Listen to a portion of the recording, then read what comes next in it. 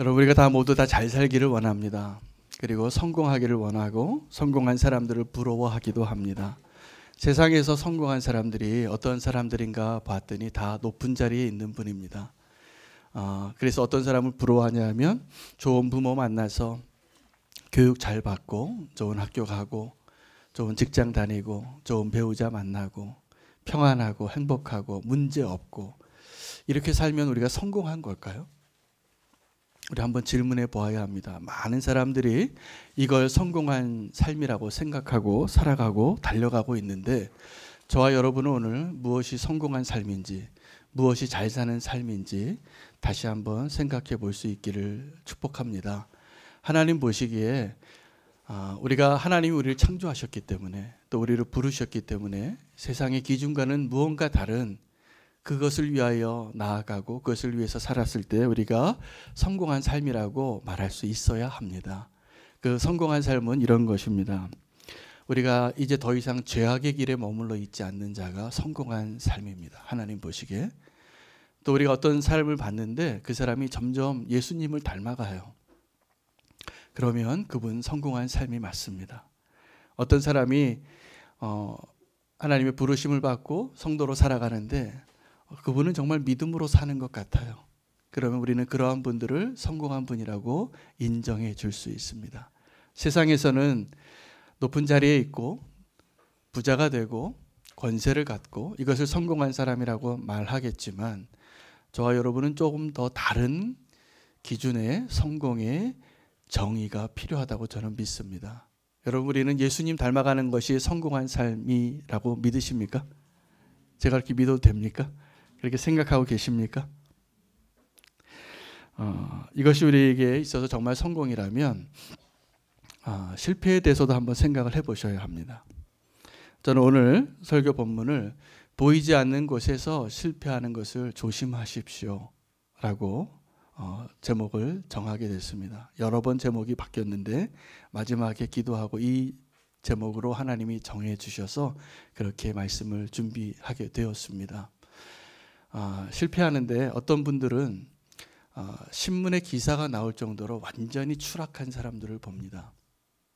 저 사람이 저렇게 폭로가 됐는데 저런 죄가 드러났는데 저런 모습이 드러났는데 이제 어떻게 다시 고개를 들고 살까 싶을 정도의 추락하는 사람들을 봅니다. 또 어떤 분들은 우리가 알지 못해도 죄악 가운데 있으면서 아닌 척하고 사는 사람들도 많이 있습니다. 그런데 오늘 본문이 누구에 대한 이야기냐 하면 아사 왕에 대한 이야기입니다. 근데 아사 왕을 통해서 우리가 무엇이 실패한 것인가, 하나님이 우리에게 어떠한 믿음의 경주를 원하고 어떻게 정말 성공적인 삶을 살길 원하시는지 확인하실 수 있는 시간이 되기를 원합니다.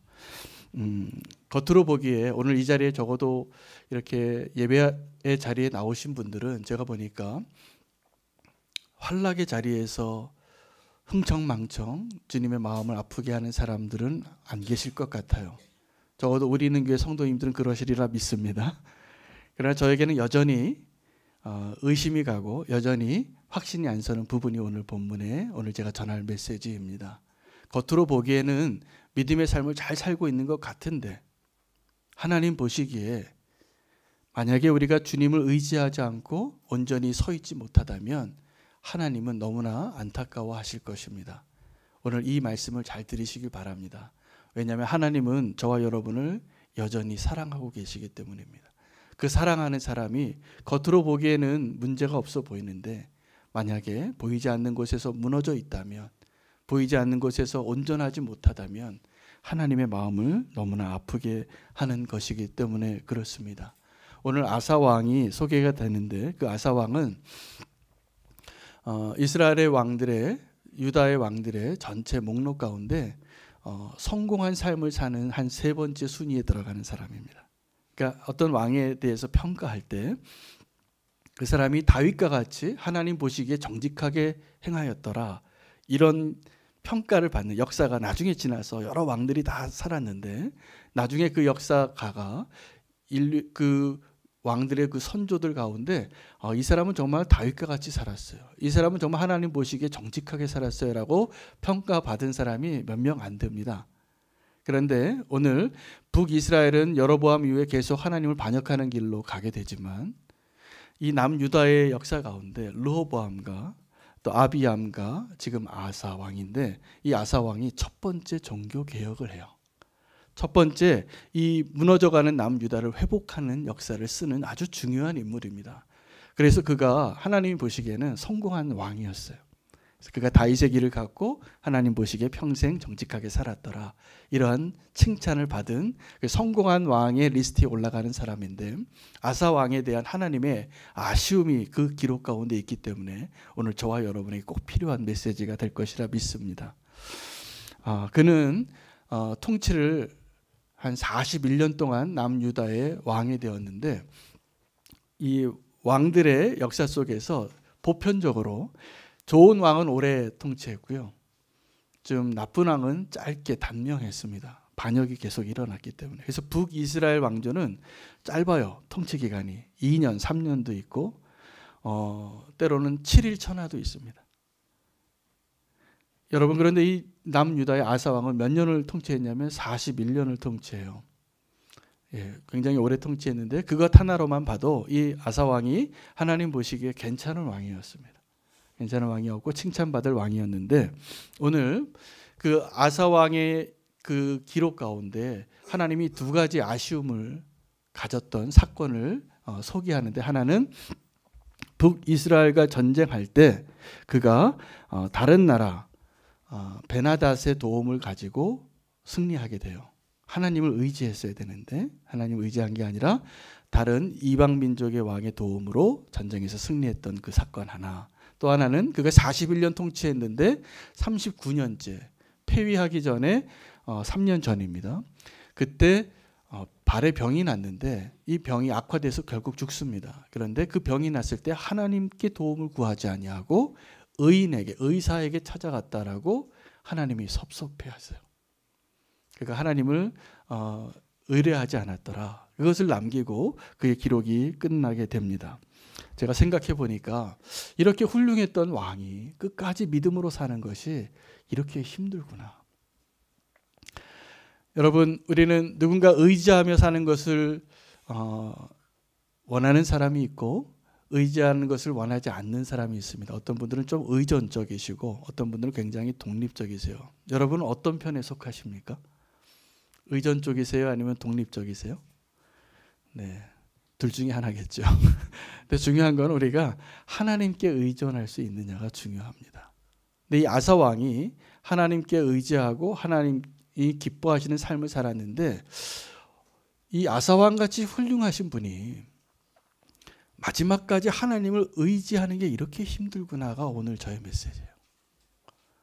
여러분 우리가 하나님을 의지하고 사는데 하나님을 의지하고 끝까지 경주하는 게 생각보다 쉽지 않습니다. 여러분 그것이 쉬우십니까? 하나님 의지하는 게 쉬우세요? 아니면 내가 숨겨놓은 통장을 의지하는 게 쉬우세요?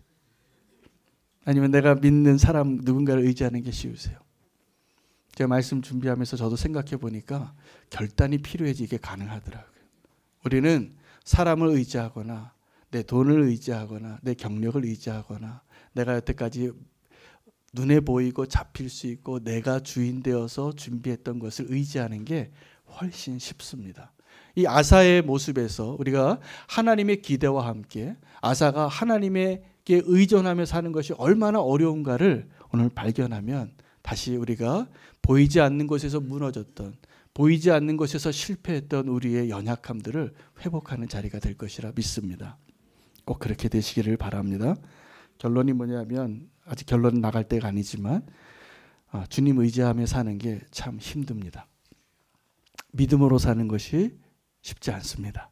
하나님의 은혜만을 의지하고 사는 것이 어렵습니다. 그런데 그것이 정말 살 길입니다. 정말 그것이 살 길입니다.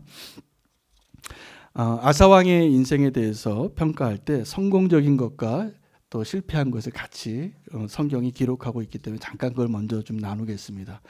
열왕기상 15장에 그가 첫 번째 남유다가 이제 북이스라엘과 별로 달라지지 않게 우상 숭배한 나라가 돼버렸습니다. 그 중심에는 이 아사 왕의 어머니가 있었습니다. 마아가라는 여인인데, 이 마아가라는 여인이 아세라상을 숭배하고 우상을 너무 숭배하니까 이 땅에 성적인 죄악도 많이 만연하게 되고 남색하는 자가 성전에서부터 시작이 되어집니다. 12절 14절에 이렇게 기록이 되어졌습니다. 남색하는 자를 그 땅에서 쫓아내고 그의 조상들이 지은 모든 우상들을 없애고 또 그의 어머니 마아가가 혐오스러운 아세라상을 만들었으므로 태후의 위를 폐해버립니다. 어머니의 정을 끊어버립니다. 자리를 없애버리고 그 우상을 찍어서 기드론 시내가에 불살랐으나 다만 산당은 없애지 아니하니 그러나 아사의 마음이 일평생 여호와 앞에 온전하였더라라고 기록을 합니다. 아사는 첫 번째 종교 개혁을, 영적인 부흥을 일으킵니다. 그래서 하나님의 마음으로 죄를 미워하고 우상들을 파하고 어머니의 자리까지 없앨 정도로 하나님의 마음에 합한 위대한 종교 개혁가였습니다. 그런데 이 종교 개혁이 어디에서부터 왔냐면 아사에게서부터 온 것이 아닙니다. 하나님에게로부터 왔습니다. 동일한 아사에 대한 기록이 역대하 15장에도 기록이 되어져 있는데 역대하 15장 1절에 한 선지자가 소개되는데 아사랴라는 선지자입니다. 이 아사랴라는 선지자에게 하나님의 영이 임하세요. 그래서 하나님의 영이 임해서 아사랴에게 말합니다. 너는 아사에게 가서 지금 이 시대가 어떠한가를 보여주라. 근데 그 시대가 어떤 시대였냐면 이스라엘에 참 신이 없고 가르치는 제사장도 없고 율법도 없은 지가 오래되었으나 라고 말해요. 그래서 이 아사랴 선지자가 아사 왕을 찾아가서 하나님 나에게 이렇게 말씀하셨습니다. 여호와께서 너희가 여호와 함께하면 여호와가 너희와 함께하고 너희가 여호와를 버리면 여호와가 너희를 버리고 너희가 여호와를 찾으면 여호와가 너희를 찾아주리라 라는 말씀을 전해 듣고 아사 왕이 이 선지자를 만난 다음에 힘을 냅니다. 그래서 르호보암, 아비암 그 할아버지 아버지가 실패했던 그 길을 가지 아니하고 다윗의 길로 돌이키는 첫 번째 왕이 되는 거죠.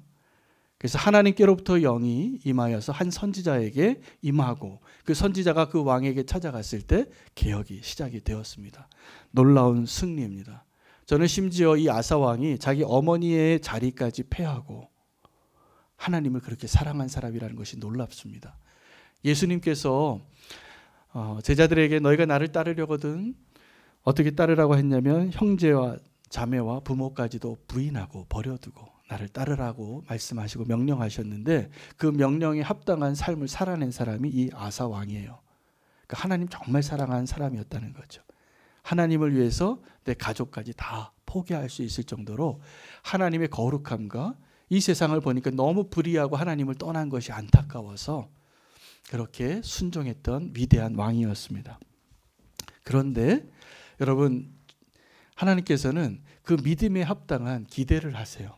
제가 보니까 오늘 이 자리에도 많은 분들이 믿음의 생활을 이미 신앙생활을 해오셨는데 목사로서 장로로서 권사로서 직분을 주셨다면 그 직분에 맞는 하나님의 기대가 있습니다.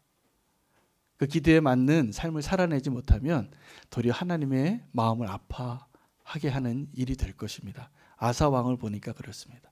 아사 왕은 분명히 하나님이 칭찬하신 왕인데 하나님이 아사 왕에게 기대한 것이 있었어요.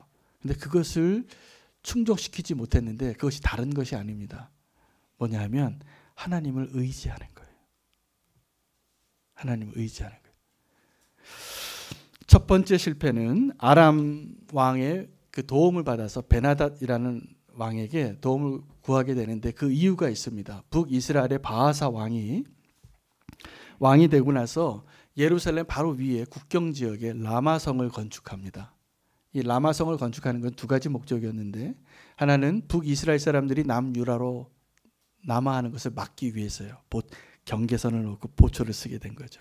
그리고 그 라마성이 세워지면 남유다를 공격하는 전략지가 하나 생기게 됩니다. 지리상.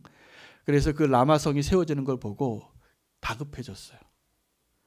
이 아사 왕은 아버지 아비암과 어떤 차이가 있냐 하면 아비암은 아버지는 경제적으로 군사적으로는 성공했는데 종교적으로 실패한 왕이었습니다.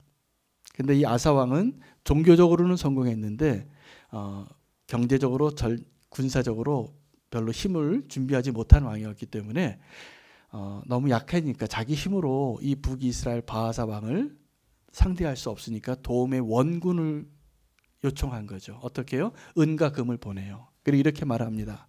당신과 내가 지금 사이가 좋은 약조가 있고 우리 아버지와 당신의 아버지가 서로 약조가 있었으니 지금 이 금, 은을 받으시고 북이스라엘과는 배신하고 나랑 같은 편이 되십시다 라고 밀서를 보냅니다. 성공해요.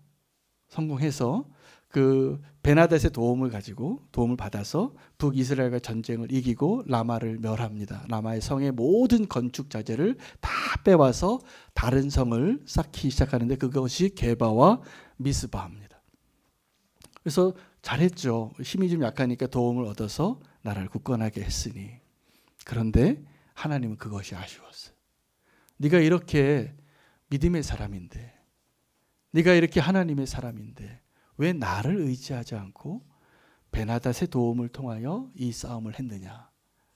이 아쉬움을 하나님이 말씀하십니다. 또 하나는 그의 노년에 발에 병이 들었습니다. 죽을 병이 됐습니다. 그래서 죽습니다. 3년을 앓다가. 그런데 그 병을 고칠 때 아픈 사람이 의사한테 가는 것이 잘못된 것입니까? 아닙니다. 병원에 가셔야 됩니다.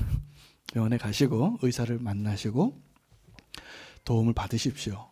왜냐하면 하나님이 우리를 고치시고 도우시는데 이런 좋은 의술을 통하여서 하나님이 우리를 도우시는 거예요. 경험 많은 의사의 손길을 통해서 우리를 고치시는 거예요. 이것을 오늘 본문을 너무 편협하게 이 말씀 본문만 잘못 붙잡고 생각하시면 이렇게 될 수 있는 겁니다. 아니 믿음의 사람이 아프면 목사님한테 가서 기도를 받아야지 왜 병원을 가? 이 아사왕이 하나님을 의존하지 않고 병원에 갔다가 이렇게 하나님의 심판을 받았잖아. 이렇게 생각하고 병원에 안 가시는 분들이 가끔 있습니다. 제가 강단에서 말씀드리는데 그러지 마세요. 왜냐하면 여기에는 하나님의 목적이 따로 있었던 것이 분명합니다.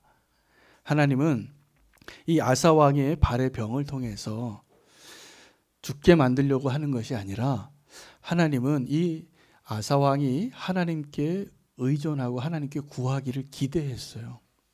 근데 이 아사왕은 끝까지 하나님을 기대하는 쪽으로 마음을 열지 않았던 것에 대한 하나님의 결정이었던 것입니다. 여러분 우리 질병에 대해서 하나님이 고쳐주시고 병원에서 고치는 것에 대해서 이렇게 극단적으로 딱 갈려서 생각하시면 하나님을 많이 오해하시는 것입니다. 왜냐하면 그 병은 우리가 갖고 있는 모든 질병과 고난과 문제가 있죠. 그 모든 질병과 고난과 문제는 하나님의 목적이 있어요. 적어도 우리에게는. 첫 번째는 그것은 우리가 갖고 있는 모든 문제는 우리 죄에 대한 결과이죠.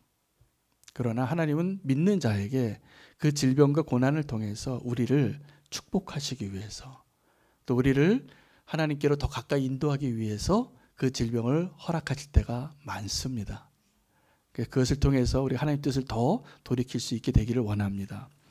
요한복음 11장에 보면 베다니에 살던 나사로가 병이 들었습니다. 그 병이 들었다는 소식을 예수님이 듣고 빨리 달려가야 할 사이였습니다. 이 나사로와 마리아와 마르다와의 집안과는 베스트 프렌드였거든요. 예수님이.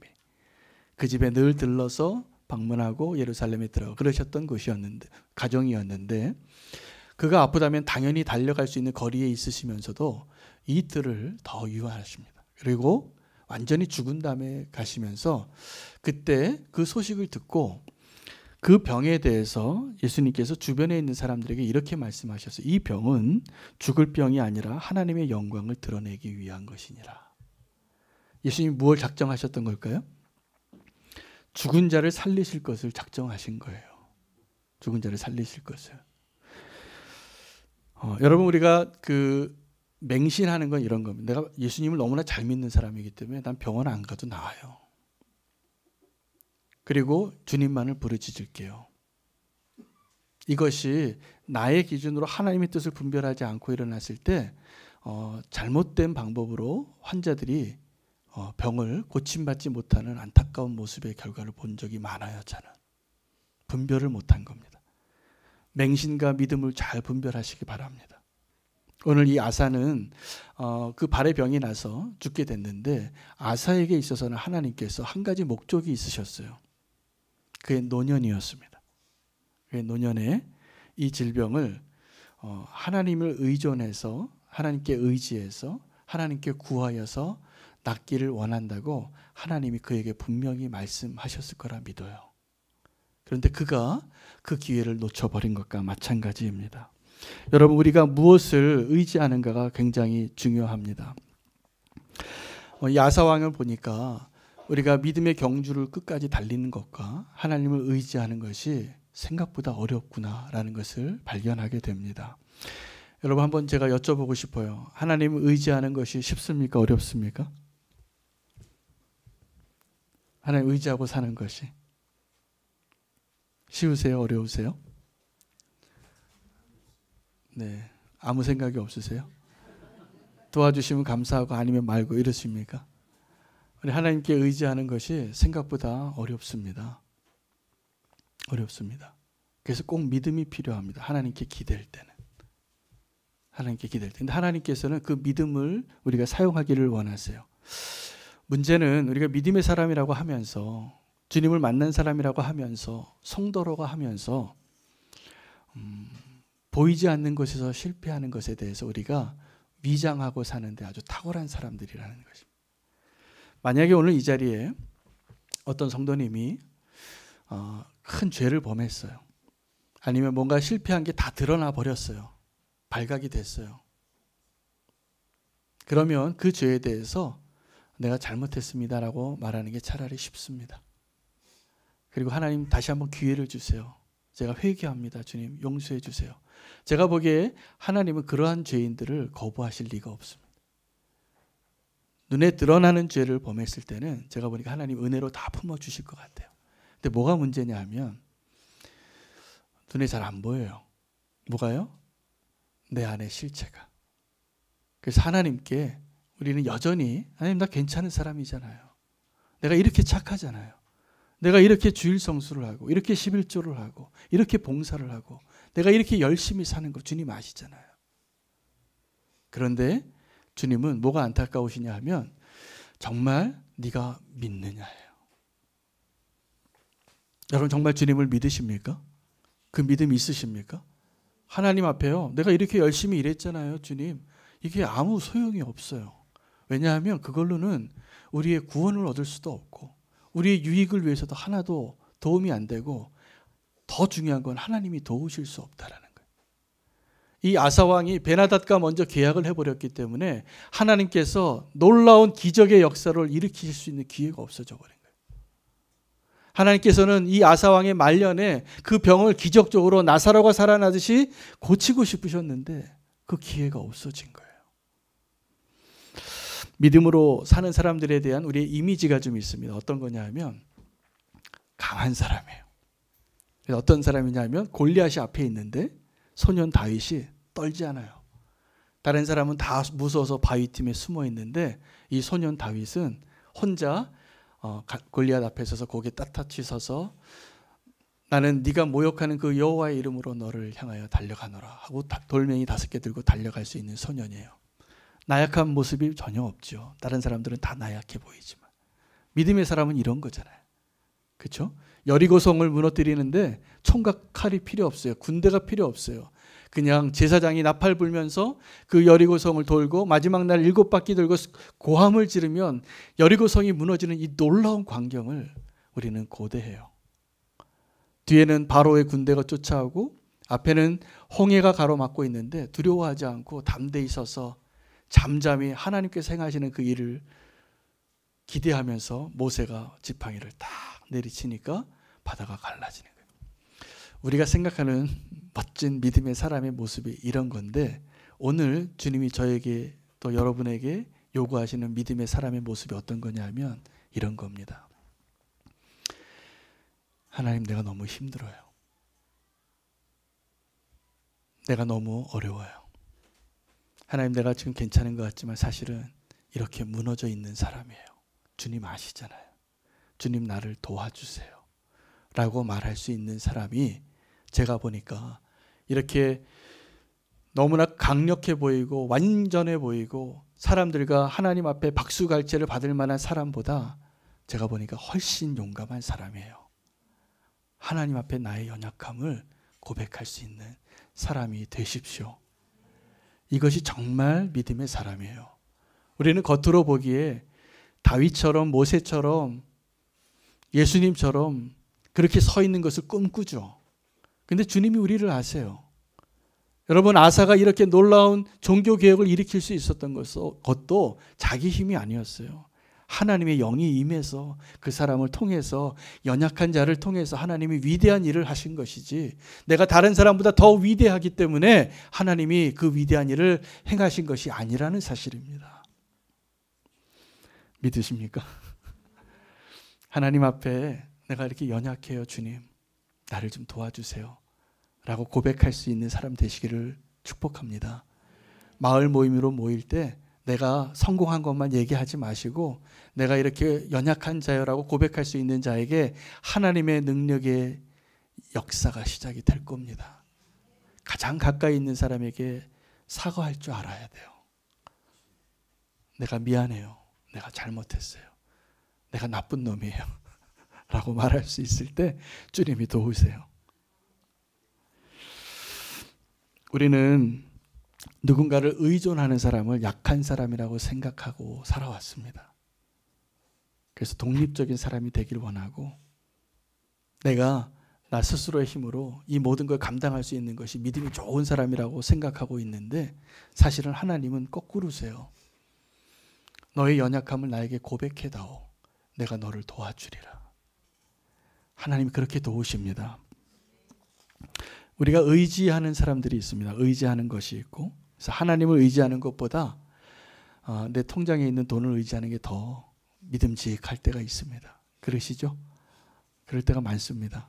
그게 좀 없으면 불안해지고. 아니신가 봅니다. 그런데 제가 한 여인의 이야기를 하고 싶어요. 야곱의 부인이 4명이었는데 첫 번째 부인이 누구죠? 레아입니다. 언니고, 두 번째 동생이 라헬인데, 이 야곱은 누구를 사랑했냐 하면 라헬을 사랑합니다. 저는 성경의 인물 가운데 야곱이 다 별로 마음에 안 들지만 한 여인을 향한 남자의 그 사랑으로 치면 이 야곱 같은 남자가 없어요. 예, 아브라함도 자기 아내를 부인했어요. 그렇죠? 그 아들도 또 부인해요. 그런데 이 야곱은 달라요. 야곱은 이 정말 사랑하는 이 아내 라헬을 얻기 위해서 7년을 며칠같이 생각하고, 그 라반이 속여서 언니 레아를 먼저 합방시켰는데, 그의 이 라헬을 향한 이 야곱의 사랑은 정말 변하지 않는 것 같습니다. 마지막에 야복 강가에서도 다 먼저 다 보내고 마지막에 사랑하는 여인과 이 라헬의 아들과 끝까지 남겨놔요. 사랑했다는 거죠. 자, 이렇게 멋진 러브 스토리의 뒷면에 한 여인의 아픔이 있어요. 누구예요? 레아의 아픔이에요. 레아는 이 남편을 의지하고 살고 싶은데 이 남편은 딴 여자를 사랑하잖아요. 내 동생을. 그래서 그가 먼저 아들을 갖습니다. 이 레아의 아들, 이 먼저 4명을 하나님 주시는데 루벤과 시므온과 레위와 유다인데, 이 아들들의 이름을 통해서 이 레아의 심정이 어떻게 변했는가가 다 보여요. 첫 번째 아들이 루벤인데, 루벤은 이런 뜻입니다. 보라 아들이다. 자랑하고 싶은 거죠. 이 라헬은 아직 아들이 없는데 내가 먼저 아들을 얻었어요. 남편은 나를 아직 사랑하지 않는 걸 느끼죠. 여자가 왜 못 느끼겠어요. 이 남편이 내가 아니라 저 동생을 사랑하는 걸 아는데, 그래도 동생에게 자랑할 수 있는 게 있어요. 보라, 루벤이다. 아들이다. 첫 번째 아들을 얻었는데 여전히 마음은 괴로워요. 왜냐하면 이 남편이 내가 아니라 라헬 사랑을 너무나 알고 있기 때문에. 두 번째 아들이 태어나는데 시므온입니다. 여호와께 들으셨도다. 이 여인은 더 간절히 기도하는 여인이 됐어요. 하나님, 저 남편의 마음을 내게로 돌려주세요. 그 응답 받은 거죠. 뭘로요? 합방을 했고 또 아들이 또 하나 태어났어요. 시몬이에요. 그런데 여전히 채워지지 않아요. 여전히 이 거절감이 있어요. 또 기도했어요. 또 기도해서 낳은 아들이 레위예요. 이 레위는 연합하다예요. 연합하다. 정말 이 남편과 연합하고 싶어하는 여인의 갈망이 느껴지지 않으십니까? 이 레위가 태어나기까지 이 레아라는 여인의 이 마음은 한 남자를 향하여 아주 집착할 정도예요. 그래서 루벤, 시몬, 레위. 네 번째 아들이 태어나는데 유다입니다. 근데 유다는 여호와를 찬양하리라라는 뜻이에요. 뭔가 완전히 바뀌었는데 이 여인이 이제는 남편을 더 이상 의지하지 않아요. 하나님을 의지하는 자로 바뀌었어요. 이 4명의 아들이 태어날 때까지. 이 여인은 이 남편을 향하여 남편을 의지하고 싶고 남편의 사랑을 받고 싶었는데 4번째 아들이 태어나니까 이제 레아가 의지하는 대상이 바뀐 것입니다. 누구에게로요? 하나님에게로. 하나님은 이 아사 왕에게도 이 레아와 같은 그 마음의 심경의 변화를 원하셨던 것이 분명합니다. 지금 다른 곳에 한눈이 팔려 있고 마음을 다른 곳에 주었는데 나를 의지하는 자가 되기를 원하는 것이죠. 하나님을 의지하는 것이 이렇게 어려운데 그 어려운 결과가 어떻게 나타나냐면 믿음의 경주를 끝까지 완주하는 것이 쉽지 않습니다. 제가 얼마 전에 한 동영상을 봤는데 오래된 육상 경기 기록 영화인데 거기에 마지막 트랙을 막 돌고 오는데 1등과 2등의 격차가 많이 벌어졌어요. 그래서 누가 봐도 이 사람이 우승할 것을 자기도 알고 관중도 알고 이 미디어도 다 알고 있어서 카메라맨 앞에서 자 이러고 들어오는 거예요. 경주하는데 이렇게 여유까지 부리더라고요. 그런데 몇 미터를 앞두고 뒤에 있는 사람이 죽을 힘을 향해서 막 달려오더라고요. 그리고 거의 비슷하게 동시에 쫙 통과를 했는데 나중에 결과를 보니까 바뀌었어요. 순위가. 이 먼저 자기가 우승한 사람이라고 생각하고 이렇게 했던 사람은 2등이 됐고 두 번째 막 달려왔던 사람이 우승자가 된 겁니다. 정확하게 아사가 지금 먼저 샴페인을 터뜨린 거예요. 그가 할아버지와 아버지 때 하지 못하던 종교 개혁을 감행했고 내가 정말 하나님을 위하여 사는 삶으로 그렇게 하나님을 나보다 더 사랑하는 사람이 없다라고 자처했는데 알고 봤더니 보이지 않는 것에서 실패가 이어진 거예요.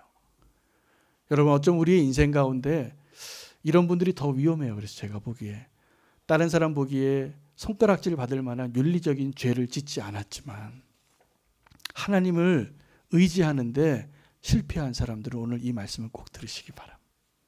좋은 그리스도인들이 여기에 해당돼요. 좋은 그리스도인들이 아사가 많아요. 하나님 내가 이렇게 잘 살았잖아요. 내가 저 손가락질 받는 저 사람보다는 낫잖아요.